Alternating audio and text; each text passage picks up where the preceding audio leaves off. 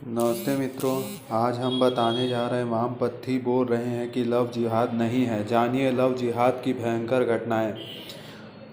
Love जिहाद के नाम पर आजकल वामपंथी गिरोह ने एक नया एजेंडा चलाना शुरू किया है। अपने इस एजेंडे के तहत वे लोग इस बात को साबित करना चाहते हैं कि समाज में ऐसे कोई अवधारणा मौजूद ही नहीं है कि वे लव जिहाद को प्रमाणित को सिद्ध कर सके। ये मात्र सियासी करतूत है जिसे दक्षिण पंथियों ने फैलाया है और अब उसका सेक्युलर समाज इससे प्रभावित हो रहा है। इन लोगों का दावा है कि हिंदू इस लव जिहाद को इसलिए इतना गंभीर बता रहे हैं क्योंकि वह अंतर धार्मिक प्रेम विवाह के विरुद्ध है। अब अंतर धार्मिक प्रेम विवाह की परिभाषा बहुत व्यापक है, इसलिए इसे केवल हिंदू मुस्लिम तक सीमित कर देना कितना गलत है ये बताने की ज़रूरत बिल्कुल भी नहीं है। हम बात करेंगे केवल मीडिया से प्रचलित लव जिहाद शब्द की परिभाषा पर, जिसमें वास्तविकता में लव का नामो निशान तक नहीं मौजूद होता है। यदि कुछ तो वे एक पैटर्न होते हैं जिसे देखने समझने परखने के बाद ही उसे लव जिहाद का केस कहा जाता है। इस पैटर्न में मुस्लिम युवक पहले अपना नाम छिपाकर हिंदू लड़कियों से प्रेम का ढोंग करते हैं, फिर उन्हें अपने जाल में फंसाकर उनका धर्म परिवर्तन करवाते हैं। बाद में कभी खुद उसका रेप करते हैं तो कभी उससे ही रिश्तेदार से उसका गैंग रेप भी करवाते हैं।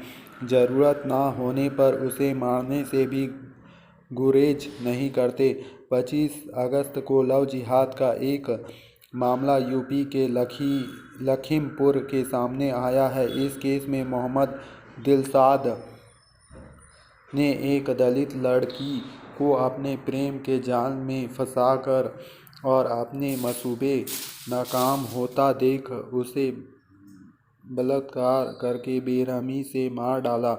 दरअसल दिलशाद की गुस्सा इस बात की थी कि उसने जिस लड़की के साथ प्रेम जाल रचा उसको घर वालों ने उसकी शादी कहीं और तय कर दी, पर दिलशाद चाहता था कि लड़की धर्म परिवर्तन करके उससे विवाह करे, धर्म परिवर्तन करके उससे निकाह करे।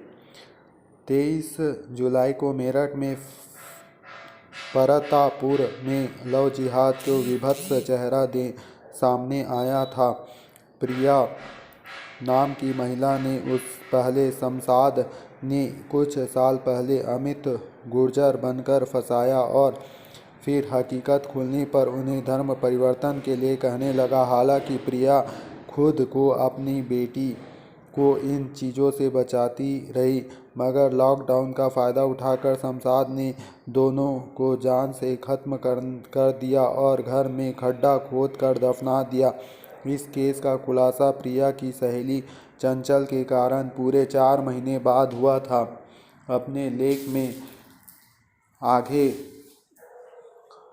हम ये ऐसे विभत्स मामले पर चर्चा करेंगे क्योंकि द प्रिंट में प्रकाशित हुए जैनाब सिकंदर का लेख ने हिंदुओं पर आरोप लगाया कि लव जिहाद के भूत के इर्द गिर्द अपनी सोच को रखकर दक्षिणपंथी हिंदू राष्ट्र के निर्माण की परिकल्पना कर रहे हैं। इस लेख का शीर्षक है राम मंदिर नहीं, लव जिहाद के खिलाफ कानून है हिंदू राष्ट्र का असली आधार। द प्रिंट पर प्रकाशित जैनाब सिकंदर के लेख के शीर्षक से स्पष्ट है कि उनकी दिक्कत राम मंदिर से तो है ही, लेकिन अब उसका कुछ नहीं किया जा सकता, इसलिए हिंदू राष्ट्र के नाम से सेकुलरों को डराने के लिए लव जिहाद कानून का उपयोग कर रही है। वह इस कानून को हिंदू राष्ट्र का आधार बता रही है, जबकि हकीकत यह है कि लव जिहाद कानून हिंदू राष्ट्र का आधार नहीं बल्कि हिंदुओं को बचाने का प्रयास है, जहां राजनीतिक और धर्म आपस में गड़बड़ नहीं हो जाएंगे।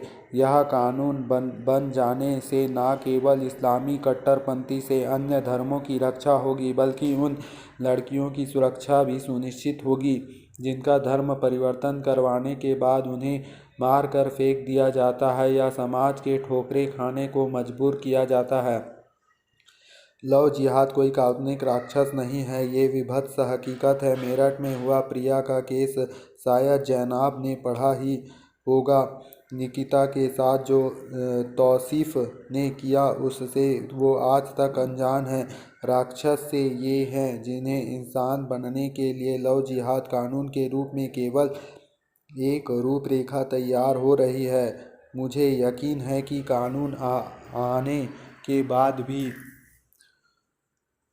हम इससे जल्दी निजात नहीं पाएंगे। आखिर 3 तलाक के बाद कौन सा इन प्रेमियों ने बीवियों का तलाक तलाक तलाक कहना छोड़ दिया है।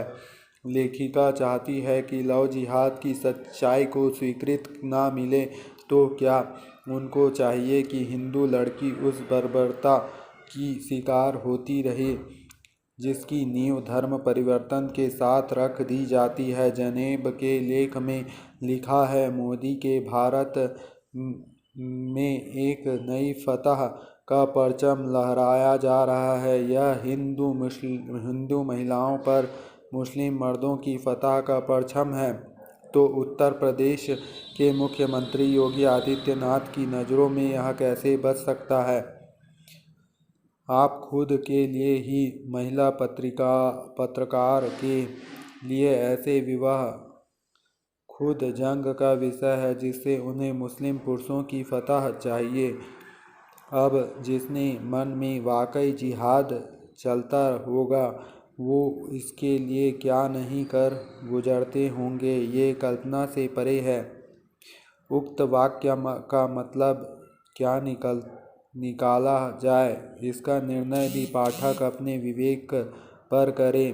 क्या इसका अर्थ यह नहीं है कि मुस्लिम मर्दों की हकीकत योगी सरकार से नहीं बच पाई, या फिर ये निकाले कि अंतर धार्मिक विवाह का अर्थ लेखिका के लिए फतह का विषय तभी तक जब तक हिंदू लड़की मुस्लिम परिवार को भगाकर स्वीकार ले। क्या मुस्लिम महिलाओं का हिंदू युवकों से शादी करना अंतर धार्मिक विवाह में नहीं आएगा। तमाम केस में जब मुस्लिम महिलाओं ने हिंदू लड़कों से शादी की तो बाकायदा अपने मजहब के साथ अपनी पहचान बनाए रखते हुए जीवन व्यतीत किया।